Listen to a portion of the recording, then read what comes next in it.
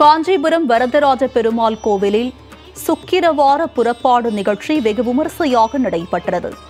பெருந்தேவி தாயாருக்கு சிறப்பு அபிஷேக ஆராதனைகள் மற்றும் அலங்காரம் செய்யப்பட்டது.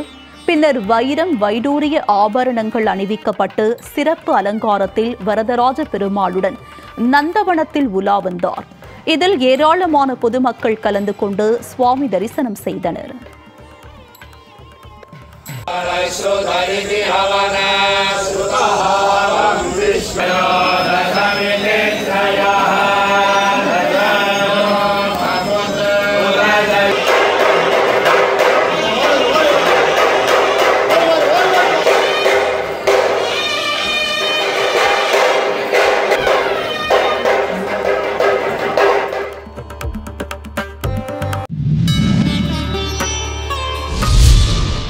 உலக புகழ்பெற்ற சக்தி பீட ஸ்தலங்களில் முதன்மையானதாக விளங்கும் காஞ்சிபுரம் காமாட்சியம்மன் திருக்கோவிலில் தங்கத்தேர் உற்சவம் நடைபெற்றது. இதனை முன்னிட்டு காமாட்சியம்மனுக்கு சிறப்பு அபிஷேக ஆராதனையும் அலங்காரமும் செய்யப்பட்டது. பின்னர் அன்னை காமாட்சி தங்கத்தேரில் எழுந்தருளினார்.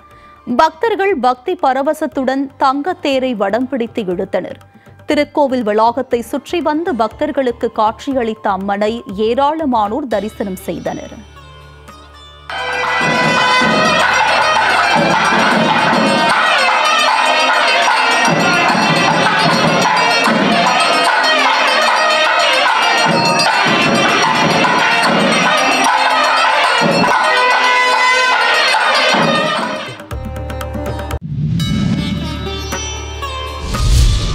மயிலாடுதுறையில் 1500 ஆண்டுகள் பழமை வாய்ந்த திரு இந்தலூர் பரிமள ரங்கநாதர் ஆலய துலா உற்சவம் கொடியேற்றத்துடன் துவங்கியது.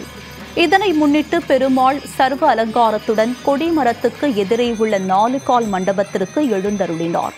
தொடர்ந்து பெருமாளுக்கும் கொடிமரத்திற்கும் சிறப்பு அபிஷேக ஆராதனைகள் செய்யப்பட்டது. பின்னர் வேத மந்திரங்கள் முழங்க மங்கள வாத்தியத்துடன் கொடிமரத்தில் கருட கொடி ஏற்றப்பட்டது. இதில் ஏராளமான பக்தர்கள் கலந்து கொண்டு சுவாமி தரிசனம் செய்தனர்.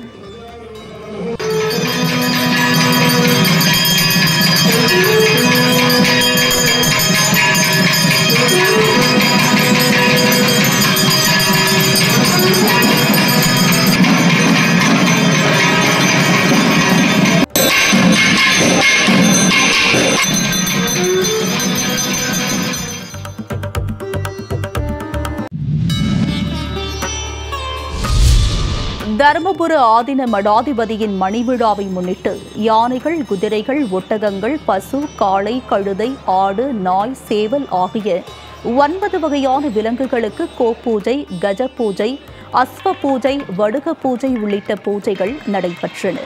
இதில் வெளிநாட்டு பக்தர்கள் கலந்து கொண்டு வழிபாடு செய்தனர்.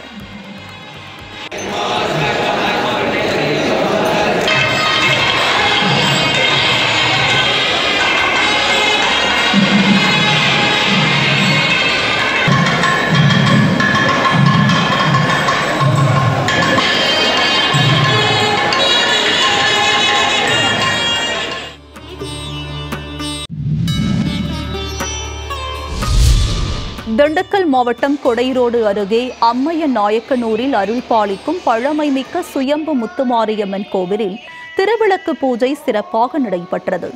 உலக அமைதி மற்றும் மழை வேண்டி நடைபெற்ற பூஜையில் ஏராளமான பெண்கள் கலந்து கொண்டனர்.